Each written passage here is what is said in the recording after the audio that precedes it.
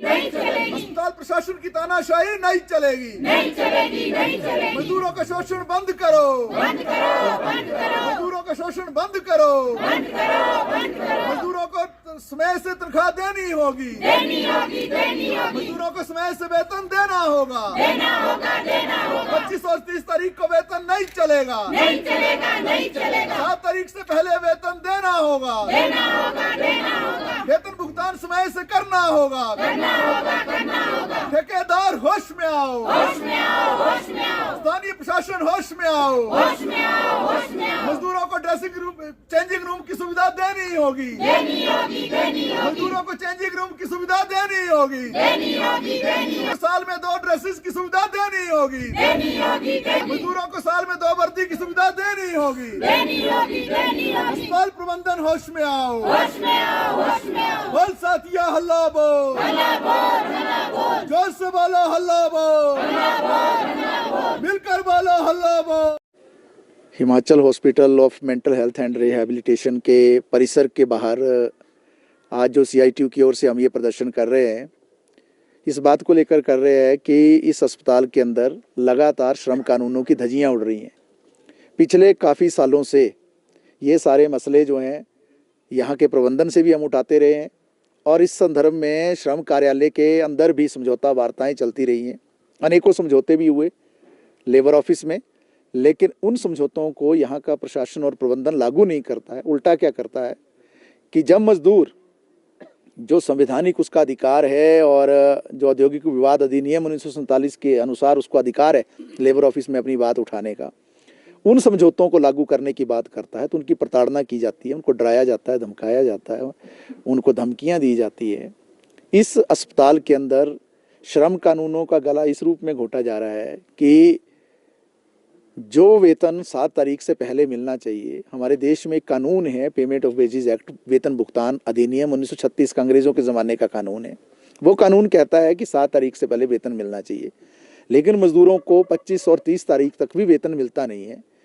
और ये अपने आप में इस दुर्दशा को दिखा रहा है कि जब इस बात को उठाया जाता है तो अस्पताल प्रबंधन ये कहकर पल्ला झाड़ लेता है कि ये ठेकेदार के मजदूर हैं। हम ये कहना चाहते हैं कि जो कानून है वो इस बात को स्पष्ट रूप से रेखांकित करता है कि जहाँ भी ठेके आउटसोर्स पर मजदूर रखा जाएगा, वहाँ पर जो मुख्य नियोक्ता होता है प्रिंसिपल एम्प्लॉयर, उसकी भूमिका खत्म नहीं होती है बल्कि और ज़्यादा बढ़ जाती है। तो ये अपनी भूमिका को यहाँ का अस्पताल प्रबंधन समझता नहीं है, ठेकेदार तो बिल्कुल भी नहीं समझता है। दूसरी बात यह है कि चेंजिंग रूम तक की कोई व्यवस्था नहीं है। कुछ महीने पहले हम स्वयं यहाँ आए थे, सीआईटीयू की ओर से एक डेलीगेशन लेकर, मजदूर भी थे उसमें। लगभग 1.5-2 घंटा बातचीत हुई एमएस से और उसके बाद जो है ये निर्णय हुआ था कि इन मजदूरों को कपड़े बदलने के लिए चेंजिंग रूम की व्यवस्था की जाएगी। आप सबको मालूम है कि अस्पतालों के अंदर ज़्यादातर कर्मचारी जो आउटसोर्स के रूप में काम करते हैं उसमें महिलाएं भारी संख्या में, इवन कि पुरुष भी हों तब भी उन्होंने जो ड्रेस बदलनी है काम करने के लिए अस्पताल की, वो कहाँ उस ड्रेस को चेंज करेंगे। आपको याद होगा आईजीएमसी में कुछ साल पूर्व क्या हुआ था कि जब चेंजिंग रूम की व्यवस्था नहीं थी तो एक महिला जो कपड़े बदल रही थी उसका एक वीडियो बना दिया था और उसको वायरल कर दिया था कुछ लोगों ने, असामाजिक तत्वों ने। तो एक महिला की जो इज्जत है उसको तार तार कर दिया गया था। तो क्या ये अस्पताल प्रबंधन इस बात को समझता नहीं है कि कोई महिला जो है जब उसने घर से आना है या पुरुष भी आएगा, वो कपड़े कहाँ बदलेगा, जो यहाँ की जो ड्रेस है उसको कहाँ पहनेगा, उस ड्रेस को कहाँ खोल कर जाएगा। क्या ये चाहते हैं कि उसके बाद जब वो ड्यूटी करेगा उसके बाद इन्हीं कपड़ों के साथ घर को लौट जाए और जिसके ज़रिए अनेकों इन्फेक्शंस ये कैरी करें और ना केवल स्वयं बीमार हों बल्कि परिवार को भी उन इन्फेक्शंस को जो है दे दें और उसके ज़रिए पूरे परिवार को जो है पीड़ित कर दें। तो चेंजिंग रूम तक की व्यवस्था नहीं है, जो अपने आप में कई प्रश्न चिन्ह खड़ा कर रहा है। दूसरी बात ये भी है कि ड्रेस तक भी नहीं दी जाती है। अब अस्पताल के अंदर जो है आपको एक डेकोरम में रहना है, आपको सबको मालूम है डॉक्टर्स ड्रेस में है, नर्सिंग स्टाफ ड्रेस में है, इन कर्मचारियों को भी ड्रेस में काम करना है प्रोटोकॉल के हिसाब से, नियम के अनुसार, लेकिन ड्रेस देगा कौन।